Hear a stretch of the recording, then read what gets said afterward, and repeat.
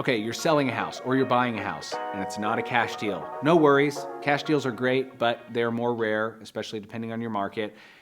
You're going to have an appraisal. Okay, so what is that? The lender requires an appraisal to be done, an independent third party, someone that they usually hire through a third party service.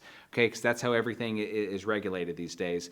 Someone's going to come out and make sure the property can be justified in its contract price based on recent comparable sales and taking into account its condition.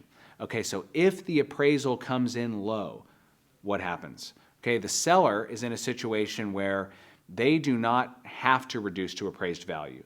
Okay, but the buyer is in a situation where they don't have to move forward with the deal unless we're able to renegotiate. So the buyer is immediately going to ask the seller to reduce to appraised value. Say the contract price is $400,000 and the appraisal came in at $390,000.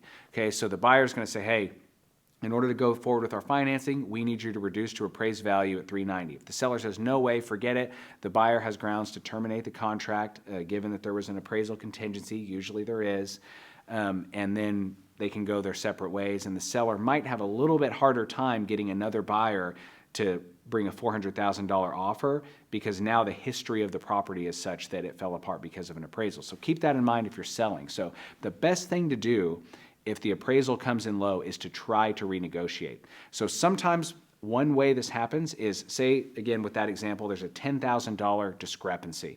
Okay, but maybe the seller was paying $10,000 of the buyer's closing costs or $5,000. The seller might say, hey, I'll reduce to $390,000, but I want to pay less of your closing costs. And maybe the buyer says, fine. Or the seller says, I'll reduce to $395,000, I can't go any lower. And the buyer's like, fine, I'll pay $395,000. And what that means for the buyer is that extra $5,000 has to come out of their pocket.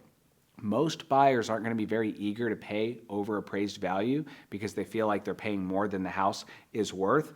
And sometimes that's true. Appraisal is very subjective. A buyer needs to believe that they're getting a good value based on what else is available. And sometimes houses just don't have a lot of comps if they're a little bit more unique.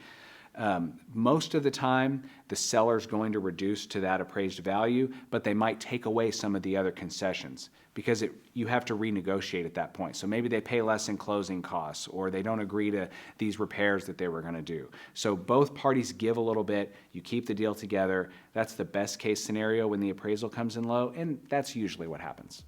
Hey, do you have any questions or comments about what you heard just there? Hey, send us a direct message because it's always better to talk to a real estate expert before doing real estate stuff.